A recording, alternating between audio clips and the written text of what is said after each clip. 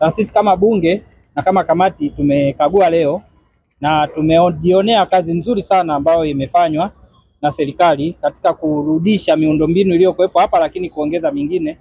Na kwa kweli tunaona kwamba ni wajibu wetu na ni haki kumpongeza sana Mheshimiwa Rais na kumshukuru kwa kazi kubwa sana hii iliyofanywa ya kutoa fedha zaidi ya shilingi bilioni 28. Ni fedha nyingi kwa ajili ya urejeshaji wa miundombinu ya soko hili ili liweze kunufaisha wananchi wengi zaidi kwa manufaa ya taifa letu. Lakini tunatambua soko hili sio la kitaifa, ni la kimataifa na watu wengi wa mataifa mengine wanakuja hapa.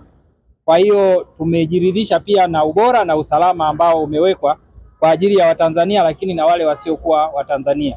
Na tupongeze sana mkuu wa mkoa na timu yako kwa ujumla kwa mipango yenu, na pia shirika la masoko ya kuhakikisha kwamba soko hili litakapofunguliwa linaendeshwa masaa 24 ili kutokupoteza muda, lakini pia ili kuwaruhusu wafanyabiashara kutoka maeneo mbalimbali kutokulazimika kukaa muda mrefu wakati wanapokuja kwa ajili ya shughuli za kibiashara. Tunaamini mtasimamia vizuri jambo hilo na litafanikiwa tena kwa kiwango kikubwa. Na sisi ni hamu yetu kuona kwamba muda wote biashara zinafanyika Kariakoo kama ilivyo kwenye maeneo mengine duniani. Hilo la muhimu sana.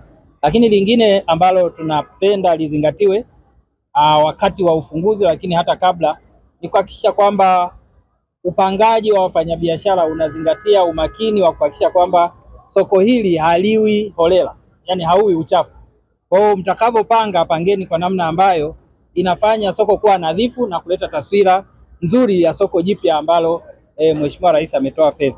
Kwa kama kuna eneo kwa ajili ya bidhaa fulani inapangwa kwa ajili ya bidhaa fulani na maeneo mengine kwa ajili ya shughuli fulani, basi lipangwe vizuri ili pia wateja wawe na urahisi wa kufika wanapotaka. Soko hili bado ni alama ya masoko yote hapa Kariakoo. Ni alama ambayo mwezi huu na mwezi ujao tumepanga, hasa mwezi ujao, baadhi ya wafanyabiashara watakwenda kwenye baadhi ya nchi kama Malawi, kama Kongo na Zambia kuendelea kulaunch ule utaratibu wetu wa biashara saa 24. Hapa changamoto kubwa ambayo tulikuwa nayo ilikuwa ni changamoto ya kisera, changamoto za kisheria, changamoto zingine nyingi tu za uelewa tu wa jambo hili.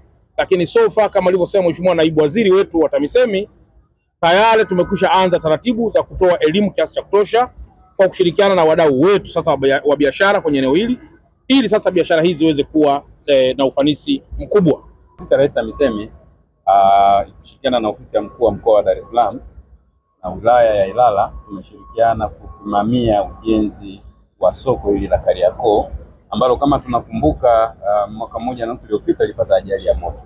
Lakini kwa dhamira njema ya serikali hii ya awamu ya 6 na Mheshimiwa Rais Dr. Samia Suluhu Hassan ameleta hapa fedha zaidi ya bilioni 29 kwa ajili kwanza ya kukarabati soko hili la zamani ambalo limeboreshwa kwa kiwango kikubwa, limeongeza nafasi za wafanyabiashara, lakini pia kujenga soko jingine ambalo pia litaongeza nafasi za wafanyabiashara wadogo wadogo na wakubwa kufanya biashara hapa. Kabla ya ukarabati na ujenzi huu, soko hili lilikuwa na uwezo wa kuchukua wafanyabiashara 1600.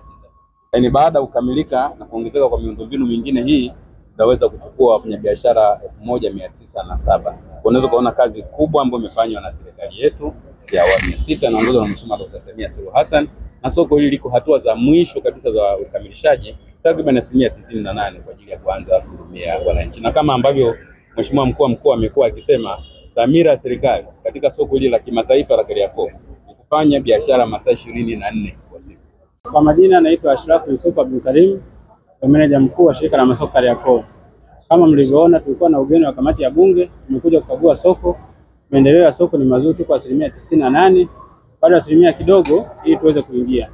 Lakini kama shirika tumejipanga kuhakikisha wafanyabiashara wote wanarudi katika maeneo yao bila usumbufu wowote. Tumeanza kuwaonyesha maeneo yao, tumeanza kuwaonyesha mikataba ilivyo na kuonyesha kodi rafiki ambazo watakuwa wanalipa. Na wengi wameridhika nazo, na mpaka wiki ijayo tutakuwa tumemaliza kuwaweka ni wale ambao walikuwa na vizimba vya zamani. Kwa hiyo tunaenda kwa awamu. Awamu ya kwanza ni wale ambao walikuwa na vizimba tunawarudishia. Awamu ya pili tutakuja wale walikuwa wanapanga chini na wenyewe tumewekea utaratibu mzuri. Awamu ya tatu tutakuja wale maduka ambao ni mapya ambao hayakuwepo hapo awali na wenyewe tutayatangaza kwenye mfumo. Ila mpaka sasa hivi tumesha allocate baadhi ya wafanyabiashara waliokuwepo kwenye mfumo na wenyewe wameingia, wamekuwa registered.